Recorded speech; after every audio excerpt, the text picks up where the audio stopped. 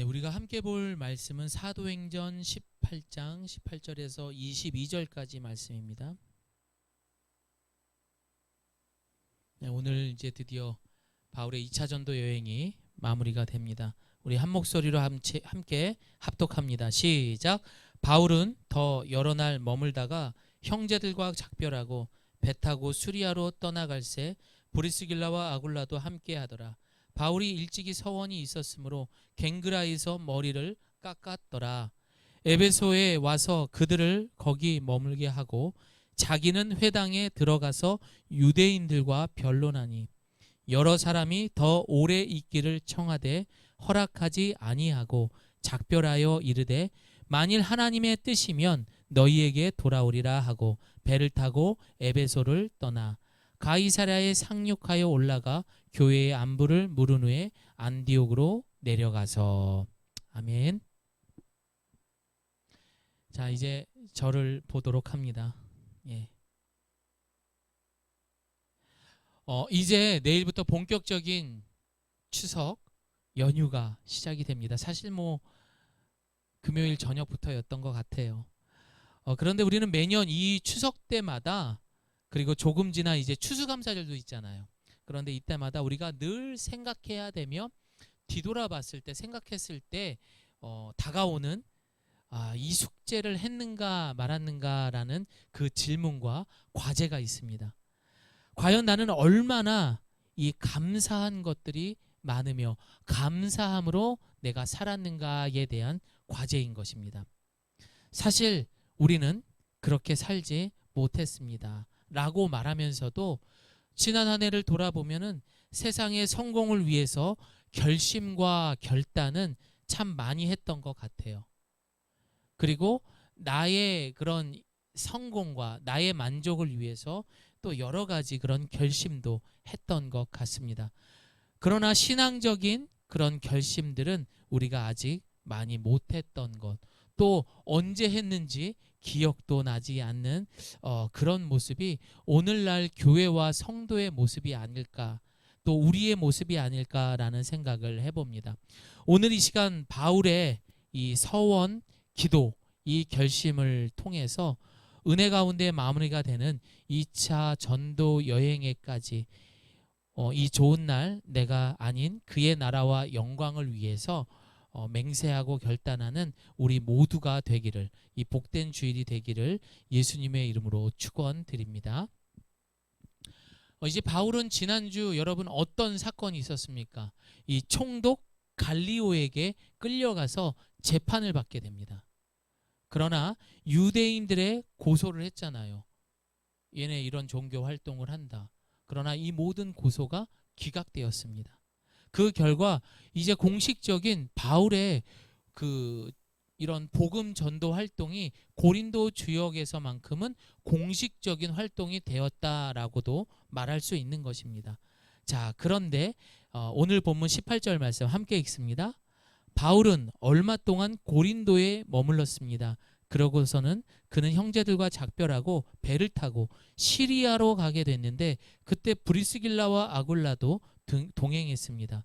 배를 타고 출항하기에 앞서 바울은 전에 서원했던 것이 있어서 갱그라에서 머리를 깎았습니다.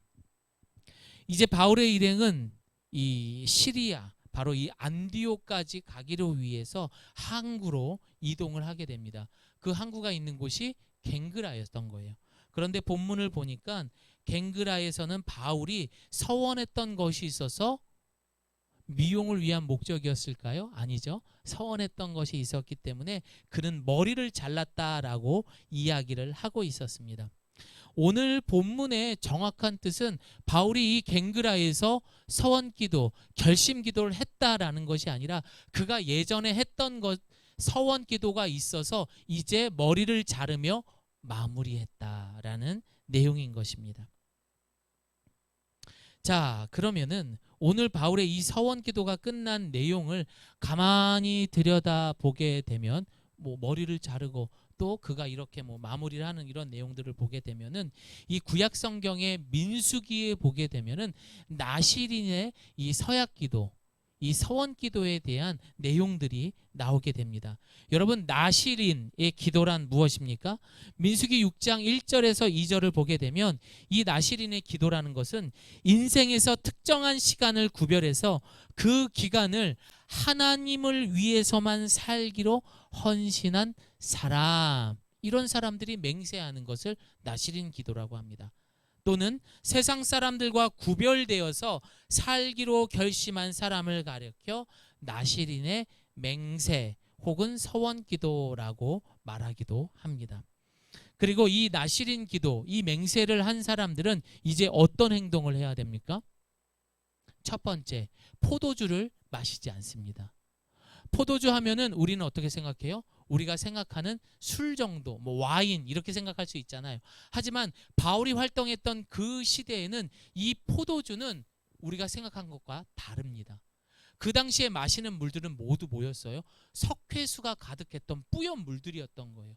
그래서 이들이 식사로 빵과 함께 그 물을 마실 수가 없어서 포도주를 물처럼 마셨던 거예요. 그럼 바울은 뭐예요? 이 기도하는 동안 빵과 함께 그 뿌연 물을 먹었다라는 거죠. 예. 뿐만 아니라 이 나실인의 기도를 하는 사람들은 어떤 사람들입니까? 거룩한 삶을 살기 위해서 머리털을 자르지 않았다라고 합니다. 그러니 바울이 머리털을 잘랐다라는 것은 이제 마무리가 됐다라는 거죠. 그래서 머리를 절대 손을 대지 않았다라는 것. 그리고 세 번째로 시체를 가까이 하지 않는다고 합니다. 심지어 자신의 가족들이 죽어도 그 시체에 가까이 가지 않는 것. 이런 철저하고 엄격한 것이 바로 민수기에 등장하는 나실인의 기도와 맹세였던 것입니다. 우리 민수기 6장 8절 말씀 함께 읽습니다. 시작. 나실인으로 살기로 맹세한 동안에는 여호와께 거룩하게 구별된 사람이다. 예. 그래서 민수기 6장 18절에 보면 자기의 이제 몸을 구별한 나실인은 회막문에 들어가서 자기의 머리털을 자르게 돼요. 그리고 그것을 서원했던 그 제단 위에 가서 그 자른 머리를 놓고 다 태워 날려버리게 되는 거예요. 그러면 이제 그 맹세의 기도가 마치게 되는 것입니다. 즉 바울은 이 갱그라에서 이제 자신이 기도했던 것들을 마무리하게 된 것입니다. 이후 바울은 예루살렘에 가서, 즉 자기가 서원했던 곳에 가서 이제 그 자른 머리털을 다 태워버렸을 것입니다. 여러분, 한국 교회도 이 서원 기도를 약간 나름대로 뭐 장려했던 그런 때가 있었어요. 여러분, 결단하셔야 됩니다. 여러분, 하나님 앞에 결심하셔야 됩니다. 이런 때가 있었어요. 그래서 어떻게 합니까? 왜 이런 기도를 할까요?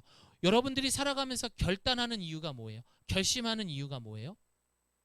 뭔가 좀 새롭게 지금보다 보다 나은 삶을 위해서 아마 결심하는 것처럼 신앙에서도 이런 결심과 결단을 합니다. 내가 살아가면서 뭔가 일이 풀리지 않는 거예요. 답이 나오지 않는 거죠. 삶의 문제가 해결되지 않아서 하나님 앞에 나름의 그런 결심을 하고 결단을 하는 거예요. 그래서 교회에서 이런 것들을 장려했던 거예요. 그래서 뭐 100일 작정 뭐 새벽 기도회, 새벽 5시마다 나와서 막 그렇게 새벽에 기도했던 것들도 있었고, 또 뭐 금식 기도 해보셨어요? 해보셨어요? 아직 안 해봤어요. 나중에 함께 한번 해봅시다. 해보셨어요? 예. 잠깐 뭐 얘기를 하자면 제가 금식 기도를 일주일 해봤고 3일 해봤고 일주일 해봤고, 첫 번째 했을 때는 실패했어요. 도망 나왔어요. 너무 배가 고파서. 그래서 제가 옥수수를 되게 싫어하는데 너무 배가 고파서 옥수수를 먹고 있더라고요. 그거라도 먹고 있더라고요. 그래서 첫 번째 금식은 실패를 했었고, 그 다음에 금식은 3일, 그 다음에는 일주일, 그 다음 금식은 15일. 그렇게 금식을 하니까요 거의 한 10kg가량 빠졌던 것 같아요, 체중이.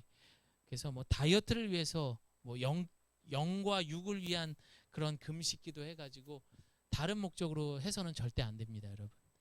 예, 그만큼 요요도 확실하게 오기 때문에 금식 기도로 살을 빼려고 하는 것은 정말 어리석은 겁니다.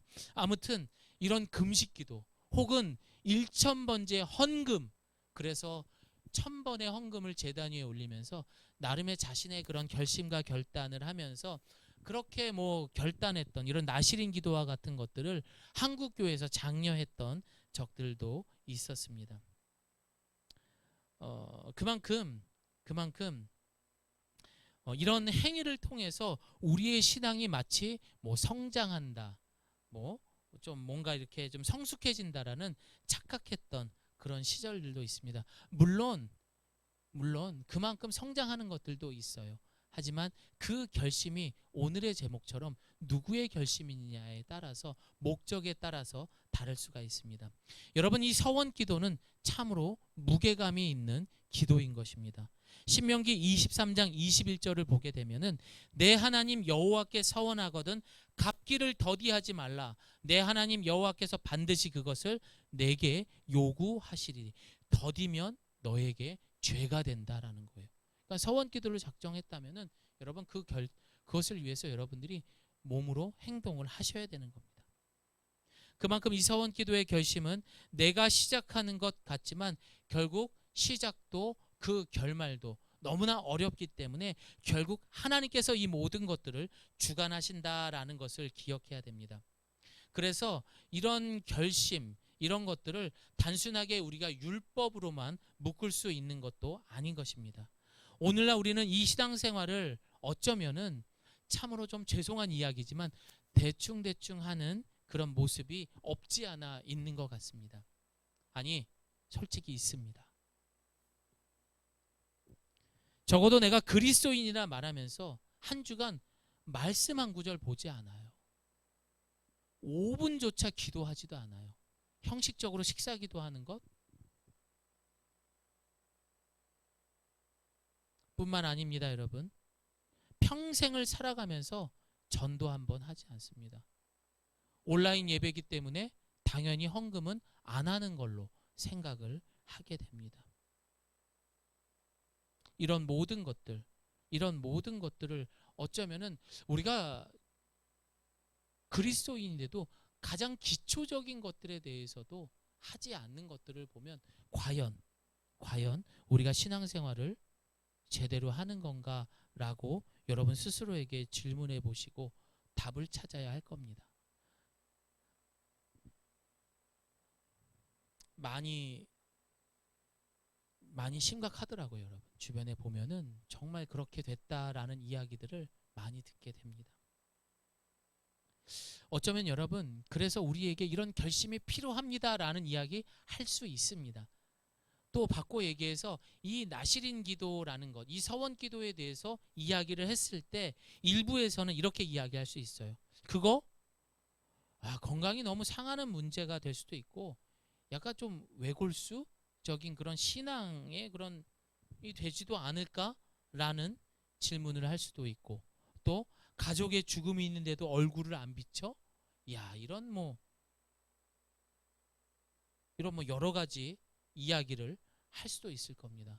그러나 방금 이야기했던 것처럼 그러는 당신은 정작 그리스도인이면서 제대로 신앙생활 하는가라는 질문도 꼭 여러분 스스로에게 해보시기를 바랍니다. 그래서 우리는 첫 번째, 신앙생활은 나를 위한 결단이 아니라 하나님을 드러내는 결단이 되어야 하는 것입니다. 어느 날 예배가 마친 후에 일부 성도들이 한 목사님에게 찾아왔습니다. 그리고 나서 그 성도들이 목사님에게 이야기합니다. 목사님, 죄송한 말씀이지만 목사님은 너무 엄격하십니다. 너무너무 차갑습니다. 목사님의 기준은 요즘 사람들이 감당하기에 너무 엄격하고 또 목사님의 메시지는 너무나 날카롭습니다. 목사님 사실 이런 이야기를 들으면 상처가 될 수 있죠. 이런 이야기를 한 거예요. 그러자 목사님이 그 이야기를 가만히 듣고 난 다음에 이제 대답을 하게 됩니다. 목회자로서 나는 이런 사람들에게 할 수 있는 이야기는 안녕히 가십시오라는 말밖에 없습니다. 죄송하지만 안녕히 가십시오라는 말밖에 없다는 이야기입니다. 그리고 내가 미안하게 생각하는 유일한 한 가지는 내가 아직도 성경만큼 엄격하지 못하다라는 것이 미안할 뿐입니다. 나는 아직도 내가 성경의 기준에 도달하지 못했다고 고백할 수 있고, 그리고 노력은 하지만 턱없이 부족하다라고 목사님이 이야기했습니다. 이 내용은 실제 있었던 미국의 개신교 목사였던 A.W. 토저라는 목사님이 이야기하셨습니다. 실제 그분은 여러분 미국의 부패한 교회의 현실을 놓고선 많은 책들을 쓰셨어요.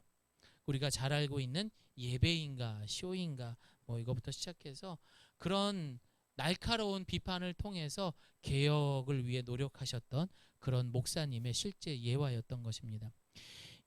물론 맞아요, 여러분. 이 교회라는 곳, 그리고 그렇게 세워진 목회자라면 정말 예수님의 피로 세워진 사랑의 결정체이기 때문에 위로와 이해가 분명 필요합니다. 그러나 오늘 바울의 이런 결단과 결심의 기도는 세상과 분명 구별됨을 위해서라는 것을 우리는 알아야 되는 것입니다. 냉정할 필요가 있어야 된다라는 거죠. 여러분, 바울이라는 인물을 어떻게 생각하십니까? 우리와 좀 다르다, 특별한 사람이라고 생각합니까? 똑같은 성도예요.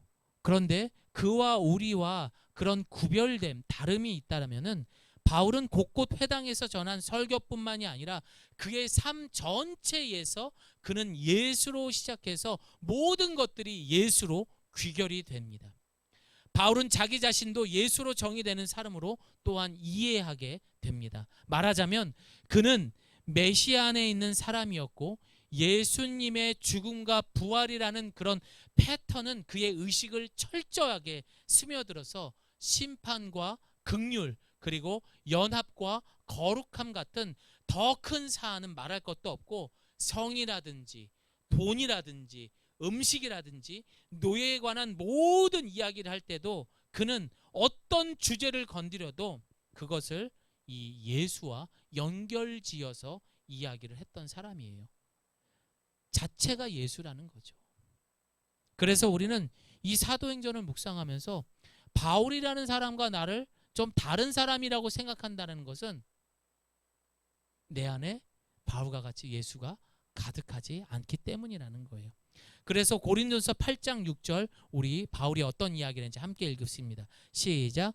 우리에게는 오직 하나님 곧 아버지가 계실 뿐입니다. 만물이 그분으로부터 왔고 우리도 그분을 위해 있습니다. 또한 분이신 주 예수 그리스도가 계시니 만물이 그분으로 인해 존재하고 우리도 그분으로 인해 살아갑니다. 사랑하는 성도 여러분, 지금 우리는 누구와 함께 살아가고 혹시 아직도 나를 위해 신앙생활을 하며 주일 예배 정도로 내가 성도로서 교회로서 나의 본분을 다했다라고 생각하고 계십니까? 그러나 예수님은 마태복음 16장에 뭐라고 이야기하십니까?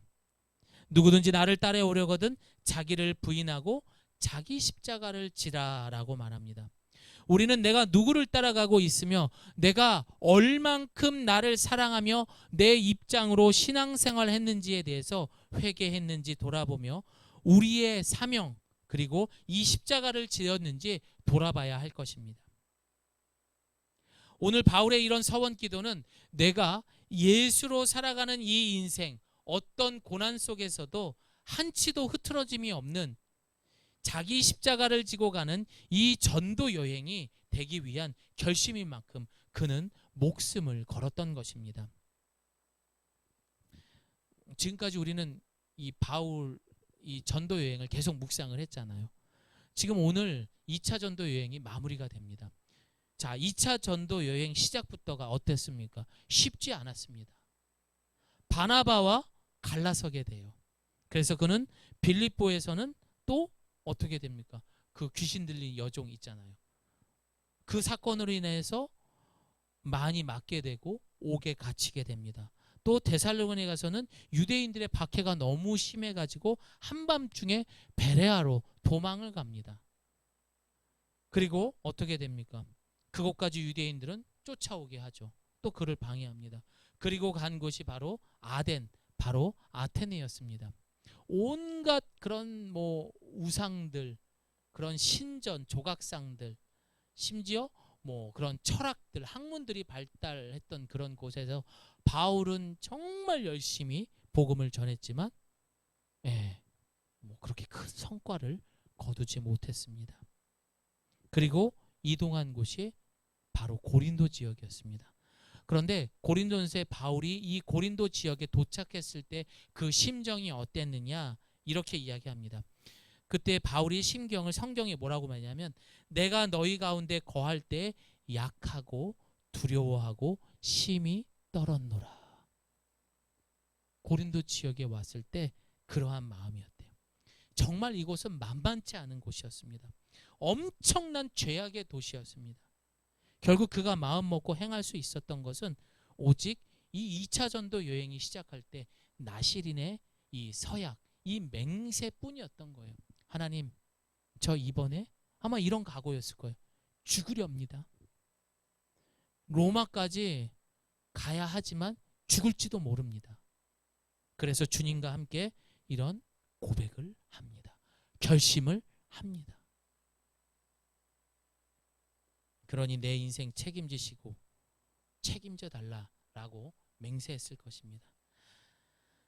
갈라디아서 2장 말씀처럼 내 생각과 판단으로 살아가는 바울이 아니라 나를 사랑하시고 나를 위하여 자기 몸을 버리신 예수 그리스도 안에서 살아가는 것 그뿐입니다라고 그는 결심했던 것입니다. 오늘 이 시간 나를 알아주는 편안하고 대충대충스러운 신앙생활에서 우리는 벗어나야 될 것입니다.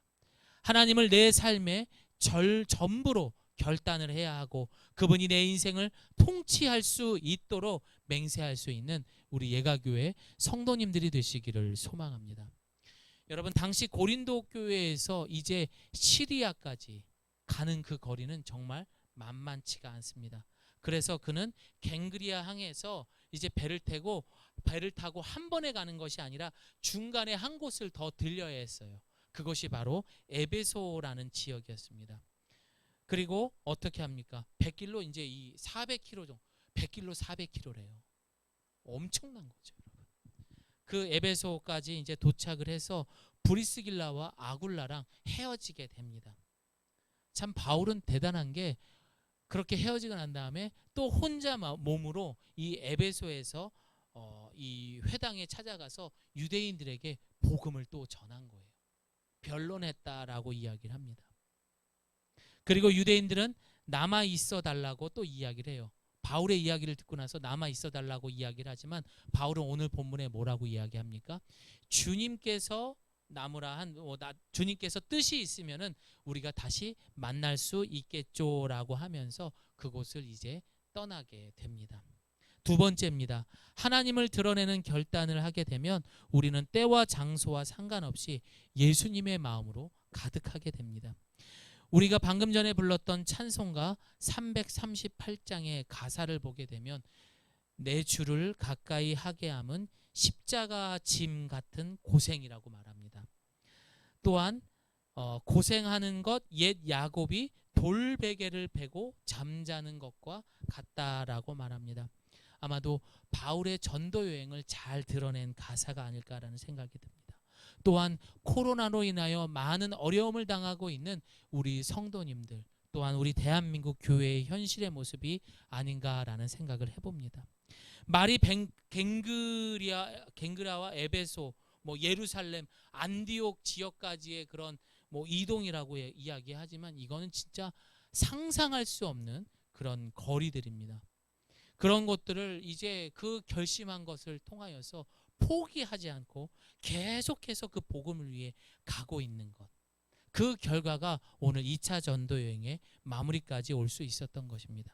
고린도전서 15장 32절에 보게 되면 형제들아 내가 그리스도 예수 우리 주 안에서 가진 바 너희에 대한 나의 자랑을 두고 단언하노니 나는 날마다 죽노라 라고 바울은 말합니다. 바울은 예수님의 제자로서 철저하게 본질에 충실하고 본질에 머물고 있음을 고백하고 있습니다. 적당하게 살면서 예배드리고 적당하게 11조도 하고 적당하게 교회 봉사도 좀 하고 적당히 말씀도 좀 보고 이런 것이 아니라는 거예요, 여러분.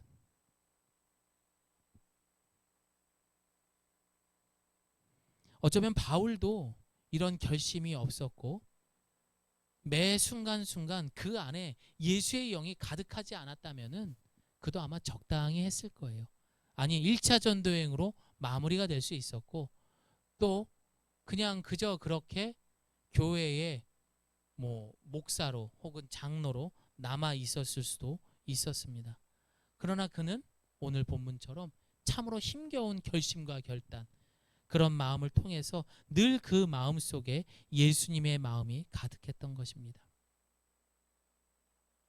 즉 복음을 전하는 일은 누구나 다 알고 있는 하나님의 관심이고 성도가 해야 하는 목적이라는 것은 다 알고 있어요. 여러분 그래요, 안 그래요? 알고 있잖아요. 전도해야지, 이거 해야지. 하지만 바울은 그 안에 그 예수님의 영이 가득했기 때문에 이제 그는 삶으로 복음을 전하는 사람으로, 삶으로 보여줄 수 있었던 거예요. 그게 어쩌면 오늘날 대충대충 살아가고 대충대충 성도와 교회로 살아가는 우리와 바울의 차이점이라는 것입니다. 그래서 가는 곳마다 그는 예수님의 이야기를 전할 수밖에 없고 변론할 수밖에 없었던 것입니다. 이제 바울은 모든 2차 전도 여행을 마무리하고 안디옥으로 가게 됩니다. 그리고 마지막 3차 전도 여행을 준비하게 됩니다.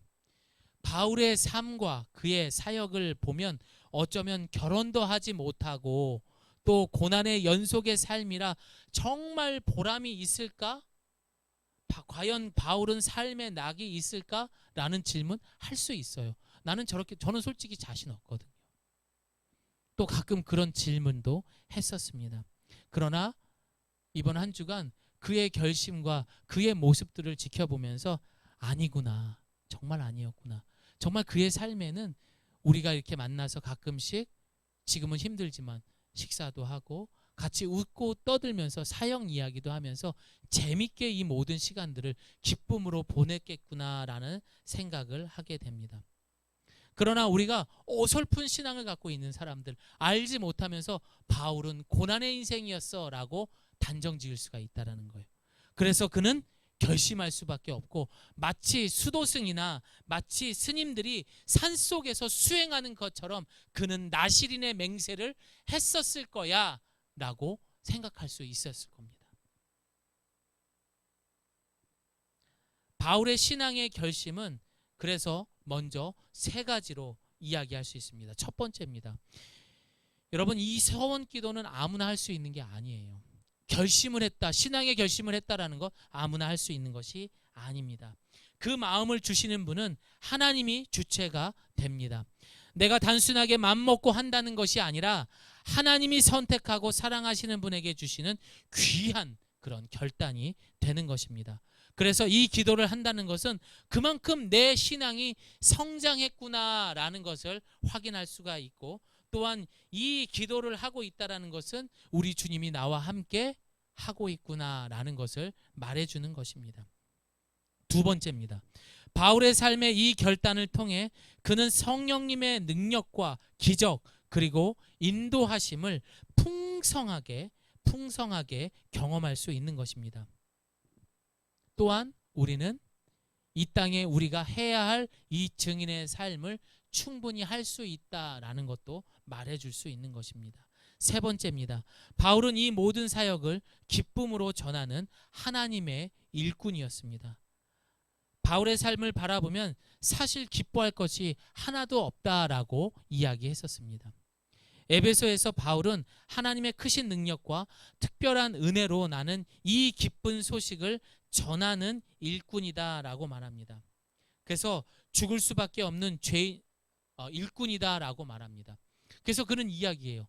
기뻐하라. 항상 주님 안에서 기뻐하라라고 이야기합니다. 그럼 그가 말하는 그 기쁨은 무엇일까요? 우리도 동일하게 받은 그 기쁨. 누려야 하는 기쁨이라는 거예요.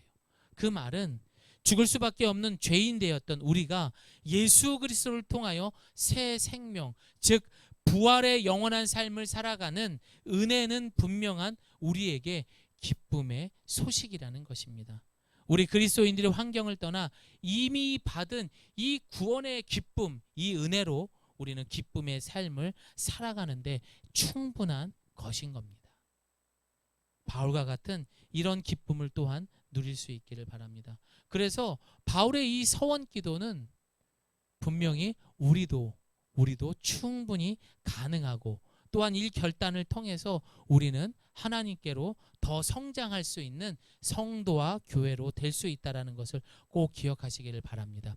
이제 말씀을 마무리합니다. 미국에 킴스라는 재벌이 있었습니다. 그런데 한 가난한 사람이 이제 그 재벌을 만난 거예요. 그리고 묻습니다. 사장님, 저도 부자가 되고 싶습니다. 당신처럼 이렇게 재벌이 되기 위해서는 어떻게 해야 됩니까? 라고 이제 물어보게 됩니다. 그 성공의 비결을 묻게 되는 거죠. 그러자 그 킴스라는 사람이 이렇게 얘기합니다. 나도 옛날에 당신처럼 참 어려웠던 시절이 있었습니다. 그때에 내가 4가지의 결심을 꼭 했었습니다. 그것을 꼭 지켰습니다. 라고 얘기합니다. 첫째, 주일 성수를 하는 것. 둘째, 시간 낭비를 하지 않는 것. 셋째, 술 마시지 않는 것. 넷째는 11조를 철저히 하는 것. 돈에 대한 이 분명한 구별을 했다라는 것에 대해서 이야기를 하게 됩니다. 그 이야기를 듣고 간 이 가난했던 사람은 정말 그 결심대로 그 재벌이 했던 그대로 따라하기 시작을 했던 거예요. 10년이 지난 뒤 그도 정말로 훌륭한 그런 재벌 부자가 되었다고 합니다. 여러분, 이 예화가 너무나 뻔하지 않습니까? 혹은 이 예화를 듣고 나서 뭐 이렇게 유치한 예화를 들었어? 라고 이야기할 수 있죠. 이거 기복신앙 아니야? 그럼 여러분, 이 유치한 예화만큼 나의 죄를 위해 죽으시고 부활하신 하나님께 어떠한 맹세라든지 그런 결심 여러분 해보셨습니까? 사랑하는 성도 여러분, 언제까지 우리가 물에 술 탄 듯 술에 물 탄 듯 대충 신앙생활하면서 이 아까운 종말의 때를 살아가려고 합니까? 오늘 이 시간 우리 함께 기도할 때 다시 한번 예수의 이름으로 맹세하고 결심하시기를 바랍니다. 그리고 예수의 이름으로 구별된 삶을 살아갈 수 있는 우리 예가교회 성도님들이 되시기를 예수님의 이름으로 축원드립니다. 아멘.